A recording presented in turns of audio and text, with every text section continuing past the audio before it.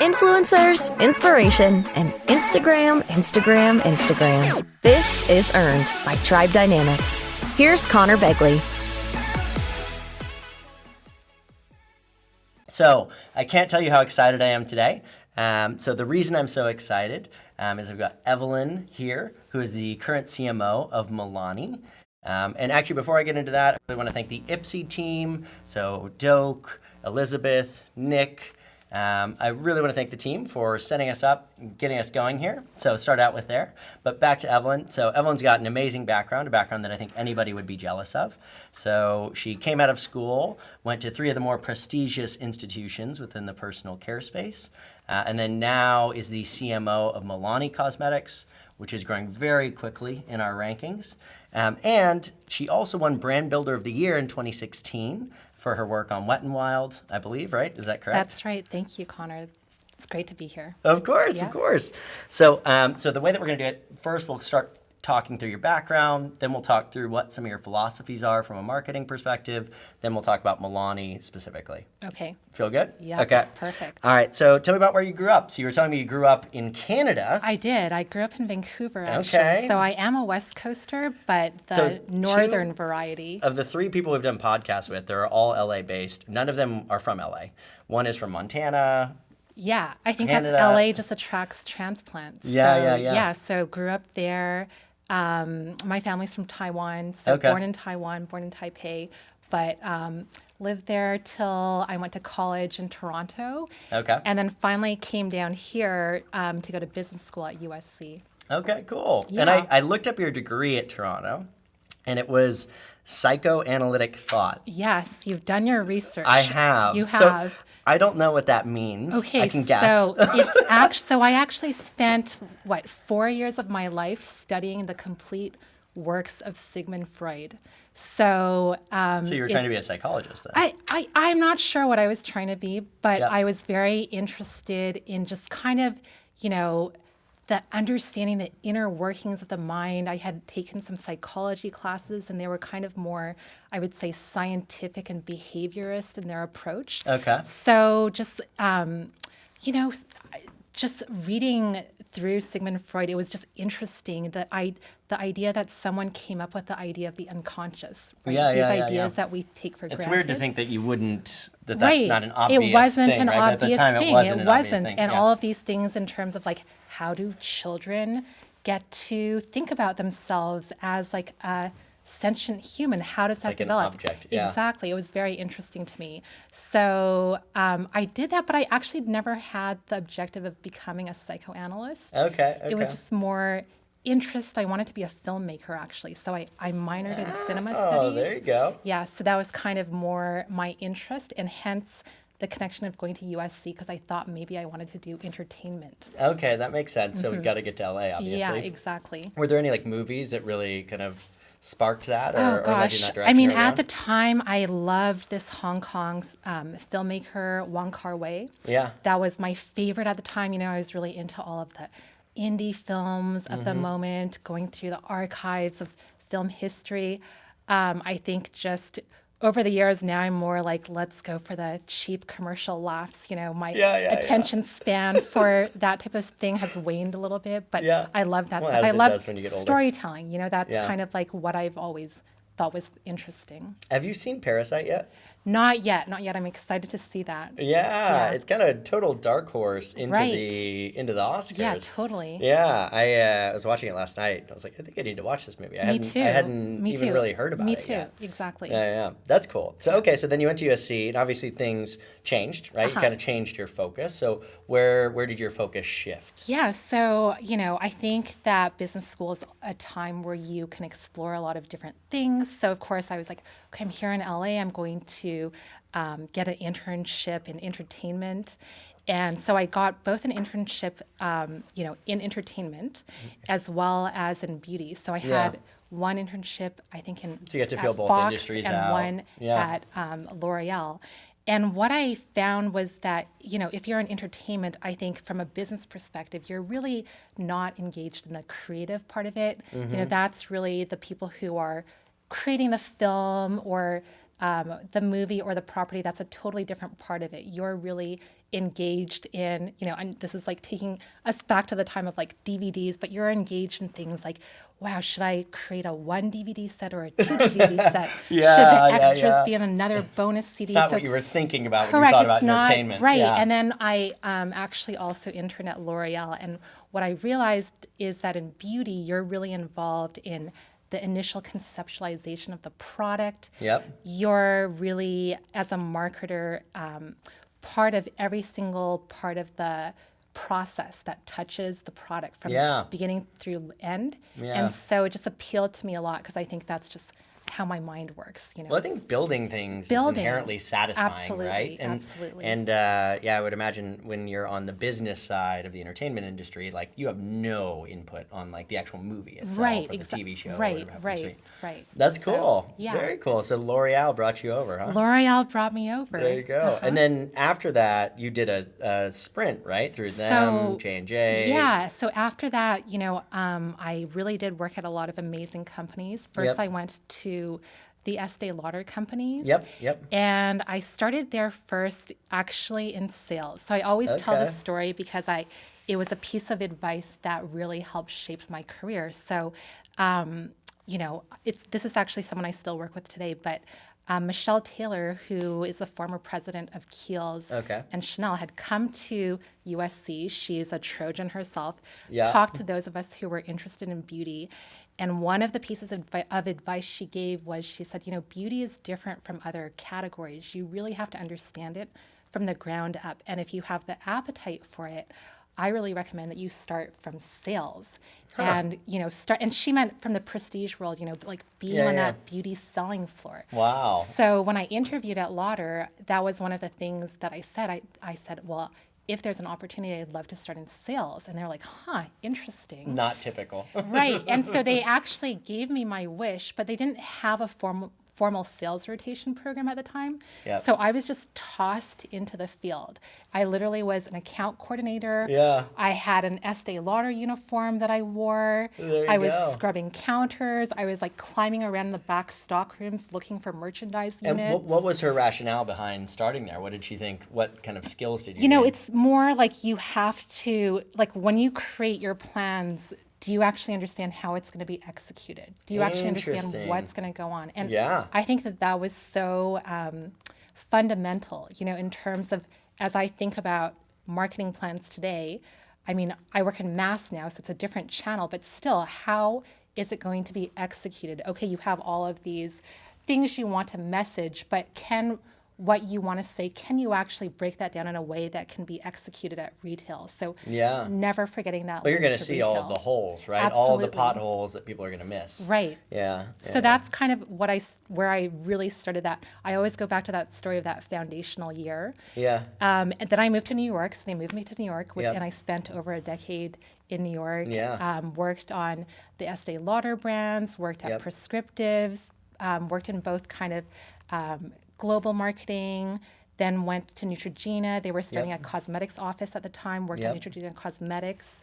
And you're involved in the product side there, right? Yeah, so I've had the chance in my career to work in both kind of, I would say, what you call North American or go-to-market marketing, where you're executing the plan, as well as the more innovation side, where you're on a global marketing team and you're coming up with the core concepts and growing them up, so to speak, getting them ready for launch. So very cool. Yeah. Okay, so then J&J, Neutrogena. Exactly, and then L'Oreal. Yep. So you came back all the way full circle. I came back to L'Oreal, and ironically, I had interned on skincare, and I went back to L'Oreal Paris Skincare. So I went back to L'Oreal on the same function and category where I had interned. Your internship, Mm-hmm. That's crazy. Yeah, so spent 5 years there. I also worked on hair color. Yep. And of course, L'Oreal, so many resources, so many things that you learn along the way.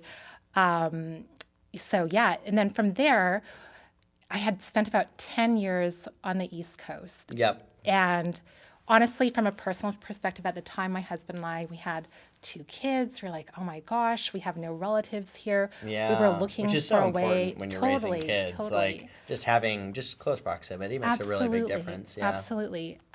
Looking for a way to come back to the West Coast, and I think all of these things are always kind of fateful in a way. Yeah, A colleague of mine had actually interviewed for the position at Wet n Wild, and then she was going to take a different position. So she Okay. said, I think you'd be a good fit for this. You should pursue this. And I was like, okay, let me see. Didn't hear back from them, and then all of a sudden, you know how it goes. You're just like in a snowball, and it's time to go. Wait, what you got the job. I've got my plane flight. Exactly. It's like ready to go. Let's go. You're gonna, Yeah. run Wet n Wild marketing. So As a business recruiting, that's totally the plan, right? Like, Yeah. how do we get them just one step at a time? Yeah. And all of a sudden they're here. They're like, what happened? right, absolutely, surprise. Yeah, And then you were at Wet n Wild for I was at Wet n Wild 3 or 4 for years. about 4 years. Yep, for yep. about 4 years. How was that transition? I mean, Markwins is still not, a small independent brand, but how Right. was the transition going from, you spent, 10 years Yeah. within Estée Lauder, J&J, L'Oreal, these are the biggest of the big. Absolutely. Yeah, how was that transition because you've kind of gotten smaller and smaller over time. Right, I'm going like smaller and smaller, and it's deliberate actually. Yeah. So, it was probably the biggest transition that I had ever between companies in terms of going from a big publicly traded company, all of that infrastructure, to a smaller, not small. I mean, Markwins is not a small company. No, it's definitely not but small. like a family-run private company. Yeah.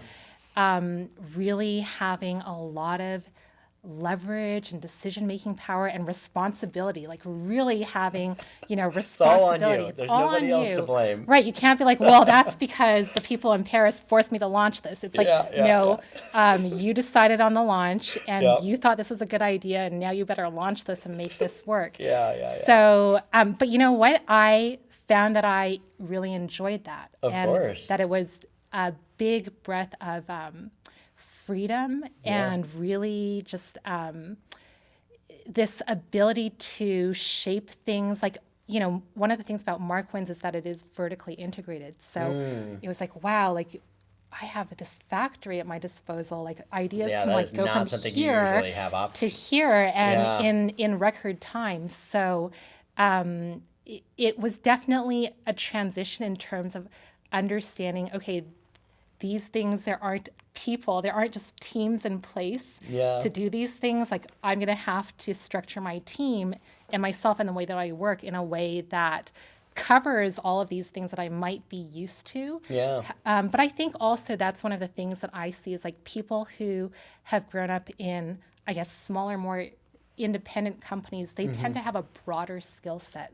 Of course, Less deep, right? It's more broad, less deep. Right, but younger in their career. And I feel like they actually have, as a generalization, but many people who've grown up in smaller, more independent companies have, I would say, greater ability to make decisions and move faster. And they're just used to owning more of the business versus being much more specialized in one vertical. So I mean, my trajectory was similar, even though more aggressive and much smaller to start. Like my first internship was with a company that had like 10,000 employees. My next internship was with somebody that had 300 employees. And when I graduated, I took a job with a company that was 30, and it grew up to 300. Right. And after that, I went from 30 down to 2, right? Me and John. Yeah, exactly. And so with each layer, and I think part of the reason that I did that, I'm going to follow your path. Yeah, right. Exactly. There you go. Don't tell Milani that. No. Sorry, Milani. I was joking. No, but I mean, like it's just really, like the reason I did it is I wanted to develop a wider set of skills. Right? Exactly. I wanted to get exposure to these other areas. And it's kind of like what you were saying with the starting in sales and working your way up. Right. In that, because you have that on the ground knowledge, message, it just makes everything else a lot easier. Yeah, absolutely. And so, I mean, what I'll say on my end that was a big learning is like, you know, I've never seen the structure and organization of a large company. And so Right. for us, our growing pains were we're growing really quickly, Yep. but we don't know how to act like a big company, right? Right. So we still have like how do we run HR? How do we structure Yeah. this? How do we structure that? And you kind of learn it the hard way.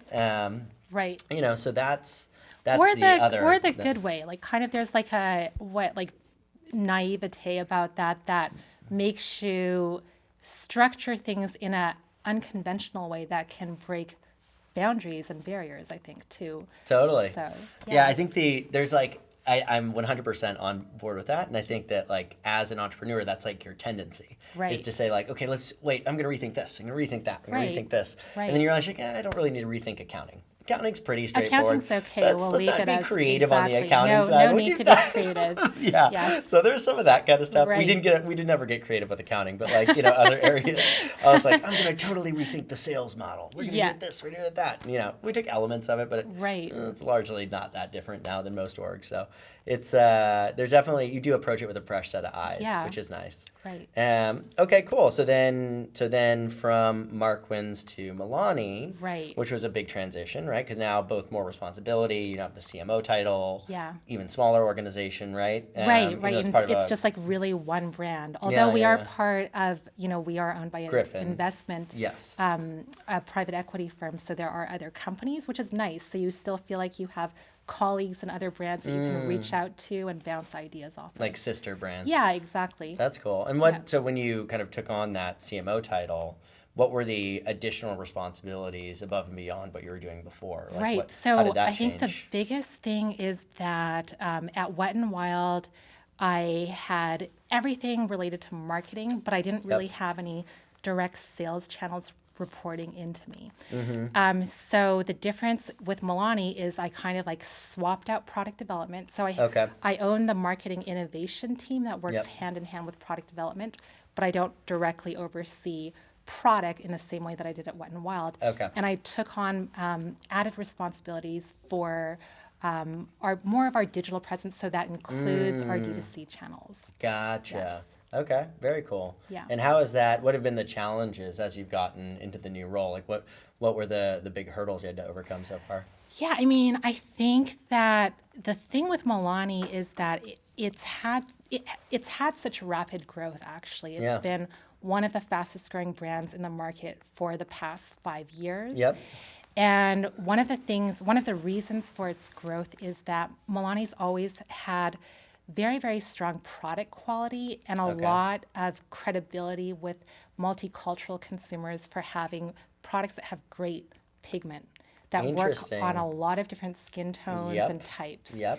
Which has been a big push across the board. Right. As And- people have figured out, this is a very Right, big market that's being right. underaddressed. Completely. And Yeah. and I think that's the thing is like Milani's actually, the OG brand for paving these conversations about multiculturalism and inclusivity. I mean, the founders, Ralph and Lori, they were creating products specifically for multicultural consumers and neighborhoods long before it was trendy or a buzzword. Yeah. But it was kind of like, like when I just told you that, it was kind of a surprise to you. Like, how do we make sure that message is actually That heritage is coming through, right? Absolutely. Yeah. So that was one of the big things we've been working on with Milani is how do we, it's great that people organically know this about the brand, but Yep. how do we now make sure that everything from the brand, from the way the product packaging looks, the way the imaging looks, the way social media looks, everything that's consumer facing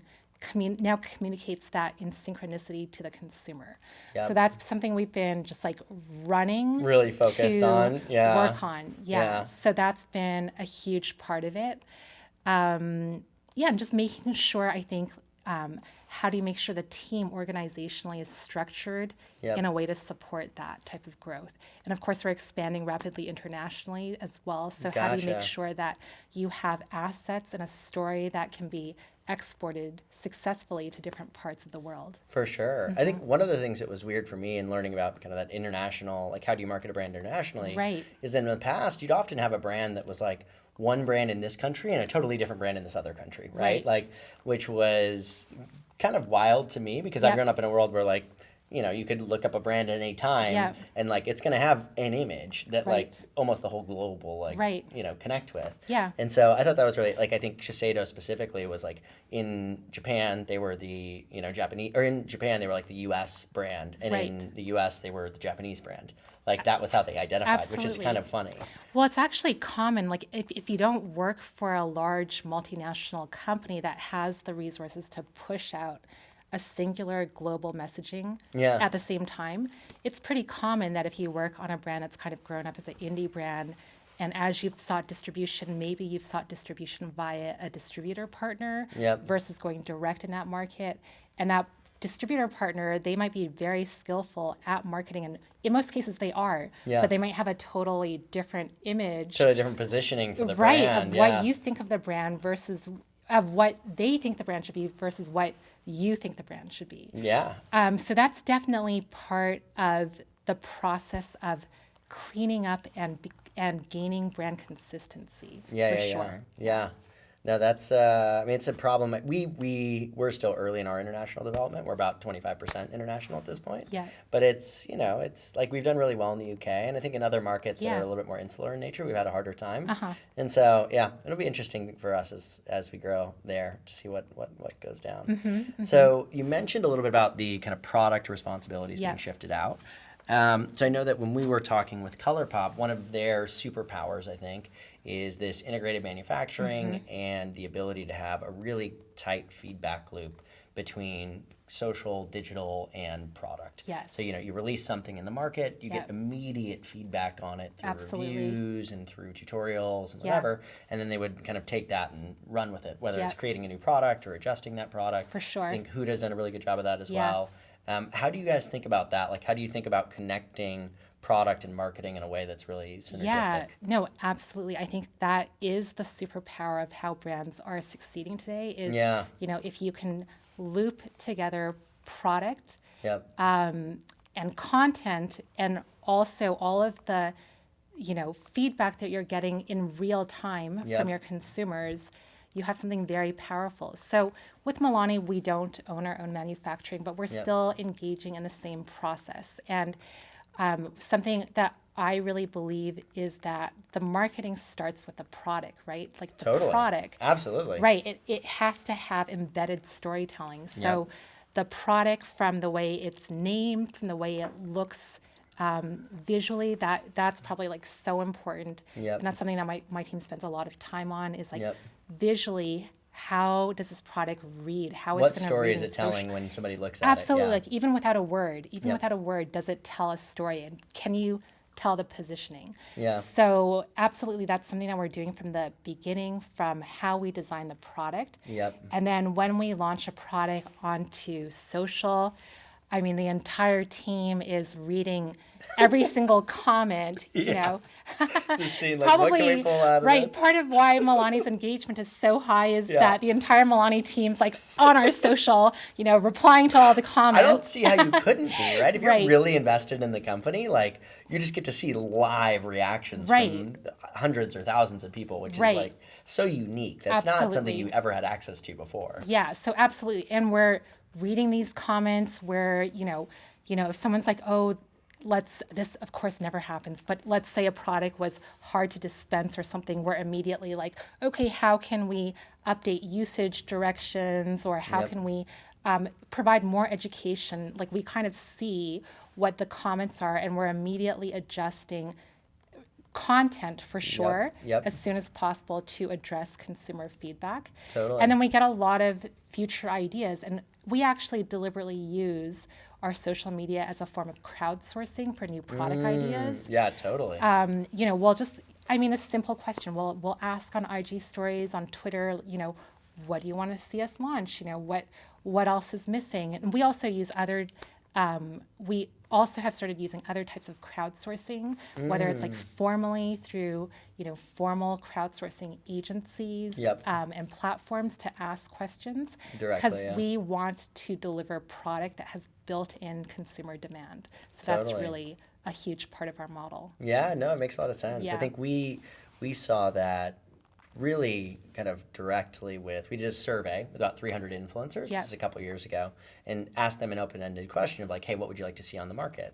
And the things that they filled in were, number one was a wider set of shade range foundations, and number two was clean products. So it wasn't about it didn't have to be natural, it didn't have to be from a tree root, but it had to be something that was like, that was clean. It's not going to do any harm. Yeah. And I think over the last couple of years, like you've seen those two categories just explode. For sure. And I think in addition to that, like when you think about somebody who's creating content all day, every day, like they're so in tune with the industry. They know what they like, they know what they don't like, they know what's missing. Right. And so it's a great area to get there's a lot of built-in intelligence just from touching it and being the kind of like obsession / passion, Yeah. Absolutely. Totally. Okay, so let's switch over to marketing philosophies.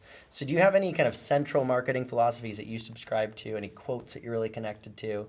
Like when you think about marketing in general, is there any, like, how do you approach that as like a problem? Well, for sure. I mean, I think that beauty marketing is kind of its own beast. Interesting. But even I've heard that before. Yeah, but even then it always starts with the consumer, right? Yep. Always starts with the consumer. What does she want?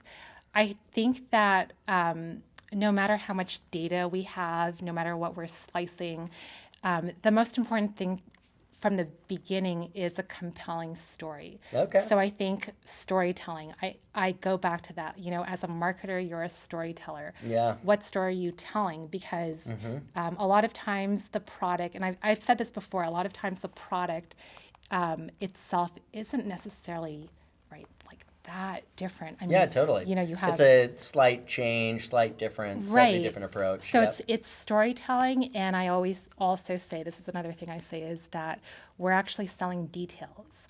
What you're actually selling is details. I've never heard that one before. Okay. Because, a blush is a blush is a blush. Yep. Except for a Milani blush, of course, which is superior. Yeah. But what is it about this one blush that it may have come out of the same factory, honestly, as this other blush. So what is it that separates that? Yeah. And it's really the details and the story that you've wrapped around it. So I would say that, to me, obviously you have to be strategic. You have to kind of know where you're going, like have a path for that. But then you've got to be able to zoom back and actually, yes, the Pantone color is going to be a strategic conversation because we're in the business of details. Totally. So I like that. I like that.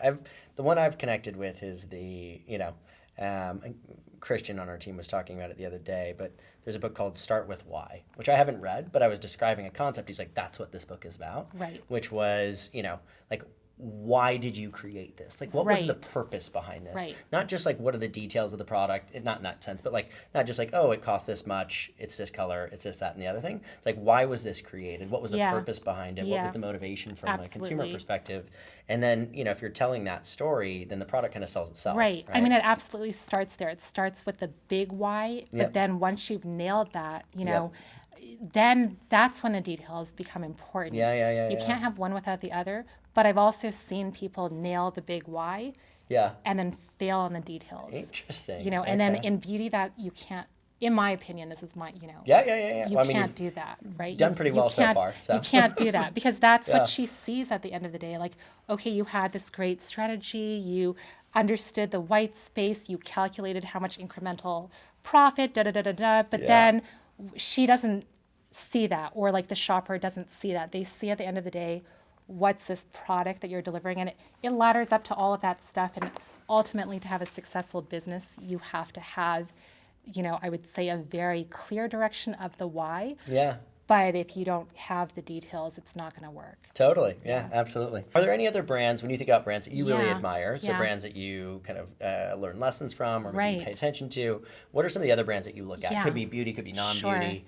Sure. Yeah, would love to hear about that. I mean, I think brands that are super interesting are brands that are disrupting really established categories Interesting. with new stories that, no one else has told. So I thank my son for this. He's a little baby, like YouTube obsessed guy, and he's always showing It's a me big part of YouTube's different audience. things. But he brought my attention to this brand, Purple Mattress. Yeah. Right? And It's like, a competitor to Casper. yeah, That's doing and much better than Casper. right. But you think about the mattress category, and like, when's the last time you felt emotional attachment or interest or excitement about that category? And then you think about like how, the conventional wisdom's like you've got to go into a mattress store and lie down and feel your firmness and all of this stuff. And then here comes this brand that's like, no, we're going to sell mattresses online, Yep. D2C. Yep. You're going to feel the mattress when it gets shipped to your house and you unfurl it. Like that's such a barrier, and Yeah. yet they're able to get people to do it. Yeah. So that's super interesting. Well, it's like Airbnb, right? Yeah. Like, I'm going to put a mattress on the floor, and you're going to pay me $100 a night to sleep there. It's like, what? It's actually so crazy, Yeah. and it requires a huge shift in overcoming an established consumer behavior. Yeah. Which is kind of a fun problem as a marketer, right? Yes, Yeah. and also really ignoring a lot of conventional wisdom, right? Yep, A yep. lot of conventional wisdom. Like if you were, starting a business and you went around to people and said, oh yeah, I have this great idea, I'm going to make mattresses, but no, you don't get to try them out first. I'm just going to ship them to your house, and that's what it's going to be. Like people, Hopefully you like them, and if you don't, you just if you don't like it, yeah, exactly. Like that's such a crazy idea, Yeah. But yet they were able to make it work by kind of just like reimagining, okay, well, how would I tell this story of like why this mattress is so amazing? Oh, I'm going to do this like crazy thing and have like eggs smushed into the mattress and all of this stuff. Like I find that really interesting and inspiring to think about, like how would you solve that problem? Yeah, absolutely. Well, especially because I feel like your marketing has always been in like fairly established categories. Right. It's like a kind of an existing thing. Right. A totally different approach. Absolutely. Yeah, it's fun. I think Yeah. it's interesting to see both those that have been successful, and then also, I mean, Casper's catching a lot of Yes. flack right now because I think they approach the same problem, but took a little bit too much cash, were not super smart with the way that they built the business. And it's doing fine, but not as well as Purple is, which is, but Yeah, it's Casper's the one that gets interesting. all the attention. Okay, cool. So when you're trying to keep up to date on the industry, so if people wanted to, I want to have the same mind as Evelyn, what would they do? Like, what are they reading every day? I mean, I'm pretty social media obsessed as well. I'm always just looking at people's social. I'm Yep. looking at a lot of competitive launches, Yep. but I think I'm just a naturally curious person. Totally. So I go down a lot of, Rabbit holes. And I think that, part of marketing today is being plugged into what's happening. So in terms of like culturally relevant moments, I think those are a lot of things that kind of inspire me. They don't necessarily Yeah. have to be directly in beauty. Yep. Maybe something happening in music, etc. Like that type of thing, I think is important. I mean, of course, there's the conventional things you can like go shopping, go to Sephora, Yeah. go to Ulta. Well, I don't think that's like conventional. There's Is a it lot of not? people that don't get out of the house and like experience it in Yeah. store. Like, let's walk through the store and see Yeah. what are people doing when they're interacting with this brand or that brand or the other brand. I don't actually think that's as conventional. Maybe that's kind of has more historically been traditional or has Okay. been conventional. But now you have brands that are like, I don't even need to go in store. I'll just see what people are saying online.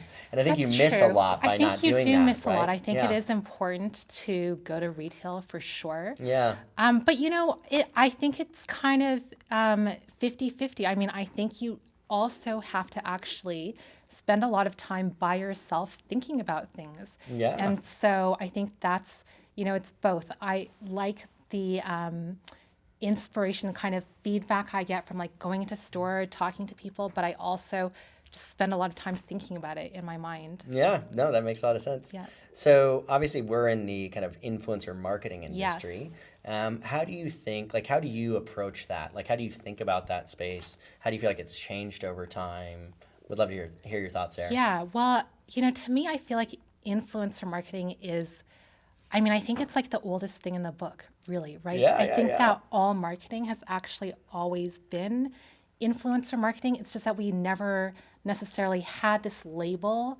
I think the label is actually almost harmful in some ways because it makes it this like mystical thing, and it's Right. like, no, like these are publishers, they've got big audiences, Right. you build a relationship Right. with them, and Absolutely. Like, Yeah. isn't that what marketing always has been? So it's kind of like, I don't want to say back in the day, but back in the day, when you had like a media plan, maybe you had a more conventional approach to, what print books you were going to buy, what Yeah. TV shows you're going to be on.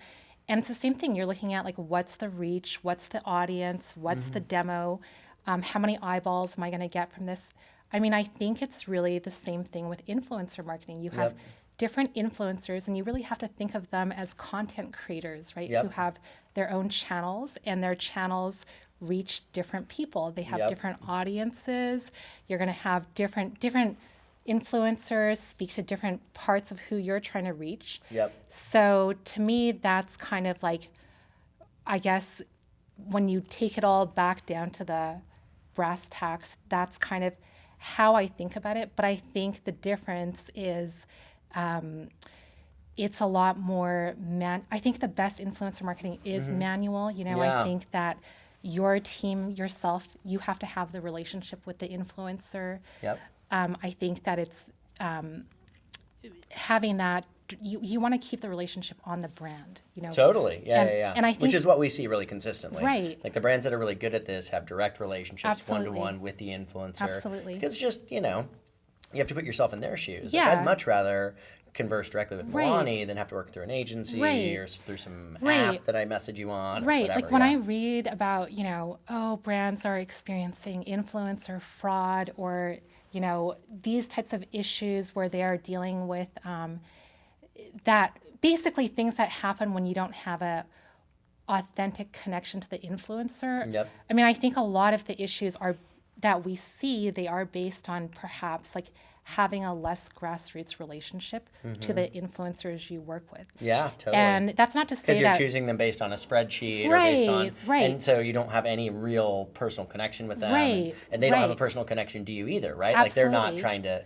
This is just transactional. Yeah, nature. so for Milani, and I think in general always, is that we are always looking to work with people, both from, whether it's organic or paid, we're still looking to see, like, is this someone who's a fan of Milani? Have they ever posted about Milani Should be the before? number one criteria when Right, choosing or someone. is this like completely out of the blue, Yep. So they have to be a genuine fan of Milani, because people are online all the time. They know when something is false. They know when it doesn't feel organic or authentic. So that's the number one thing. And then it goes from there, So I think that it doesn't mean that we know every influencer in the world. There are far too many. But my team is like literally following them. They're literally reading their previous posts. It's a lot of manual labor.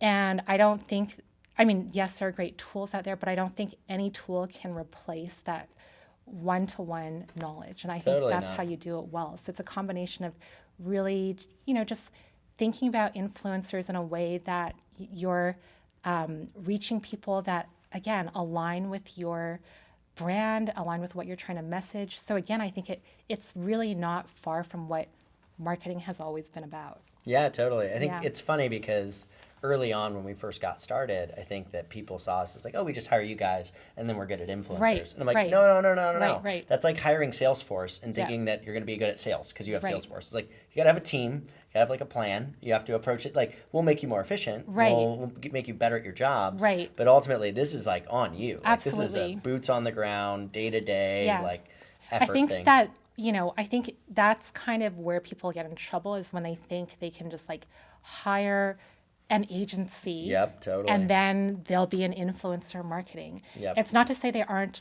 great agencies out there that do different things, whether it's like measurement or, help you with partnerships, et cetera. Yep. But you still have to invest in that team that's going to have that connection to the influencers. Totally. Do you feel like being based in LA has been helpful in that For process? sure. Yeah, that's a big part for of it. Sure. Yeah. I mean, I think so. I would actually love to continue to grow more influencers that we work with outside of the LA area, but for sure, LA is, Well, it's so it's where it concentrated is. here, right? It's where it is. I mean, the thing I think a lot about is like if I'm in the middle of Kansas and I don't know anybody else that has a big audience, it's hard for me to grow, right? But if I'm next to somebody else who's got 500,000 fans, and Right. we take a photo together, Right.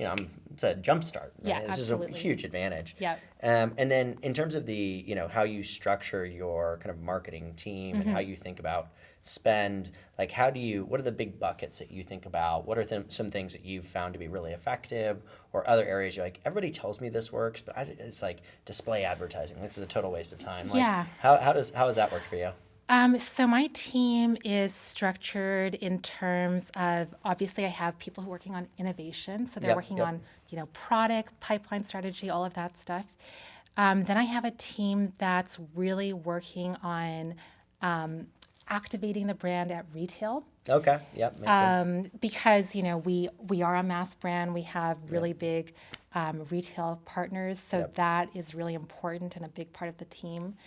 I have a team that's separate for creative and then integrated communications, which is PR, influencers, social, and content all in one. Yep. And I think that's working. So I hope it's working. I think the numbers on our end look good. Yeah. So, something's going so well. It's working. So it's working. So the integrated marketing team, communications team actually is almost a little mini unit in itself. And I think it's to what you said, Conor, before about having that feedback loop between, social, content, product, et cetera, so that they're really reacting a lot in real time. Yeah. Well, it's a big advantage being kind of a more independent brand is you can move a lot quicker. Absolutely, right? yeah. So it's a big advantage. Yeah, and we have our own small little studio set up, and so that we're creating content. I think that's really the biggest thing, right? Like if you can't produce content quickly, efficiently, to tell different stories all the time and to feed your channels, then you can't really do social media marketing. Yeah, absolutely. I mean, thanks again to Ipsy. Yes, thank you. And their fantastic studios, free ads. So, okay, so you have, over your career, you've spanned, hair, skin, makeup, mass, prestige. How do you think about, like we've talked a little bit about kind of your, focused on mass right now. What are the big differences between mass marketing and prestige marketing and maybe even amongst the categories too, if that Sure. I mean, gosh, I think maybe start mass prestige first. Mass prestige, yeah, even that's like a beast. Yep. Well, I think the first thing is when you're in prestige, and I'm going back in my memories, but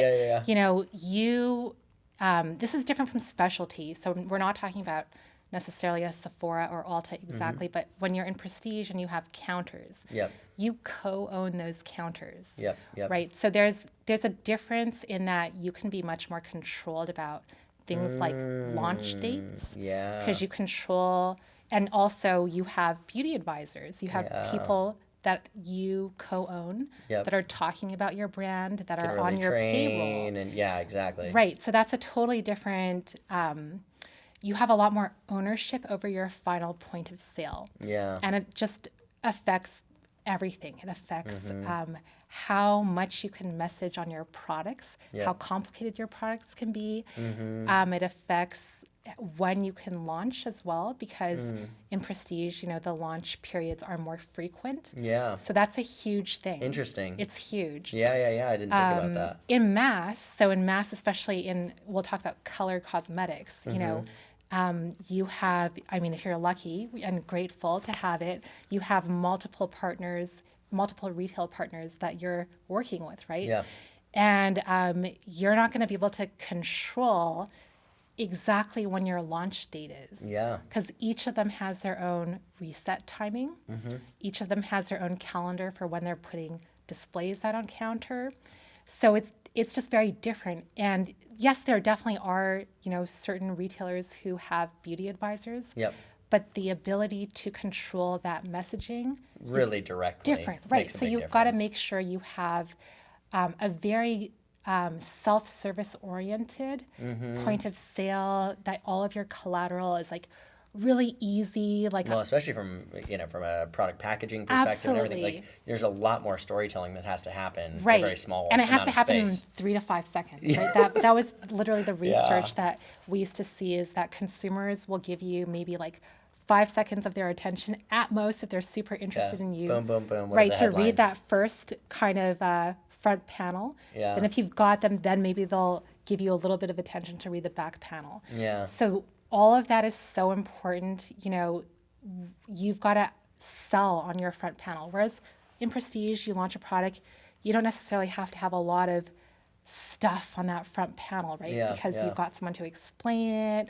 You can give out a brochure that's got like all this different information in it. You Yeah. really can't do that in mass. So Yeah. Totally makes sense. and the other huge thing is the timing. Okay. So in mass, if you miss your launch window, sorry, that's that's it. Like you have a first half and second half launch, right? Oh, wow. I didn't And realize that's it was it. that limited. Right. So Okay. you've got first half, which is like kind of, January, February. Yep. Second half is kind of, let's say, June through July. Mm-hmm. And that's when all of your walls are being reset. Yeah. So you've got to you can't be like, okay, you've just Yeah. got to do it. You've Yeah. got to get all your 100 SKUs or whatever it is. They've all got to go right then. And it just makes I'm sure it's not very busy at that time. no, it's not. It's like totally relaxing, Yeah. But you've just got to do it. And then that does create more challenges in terms of how do you pace out the storytelling Yeah. on social, because social, of course, thrives on newness, right? Yeah.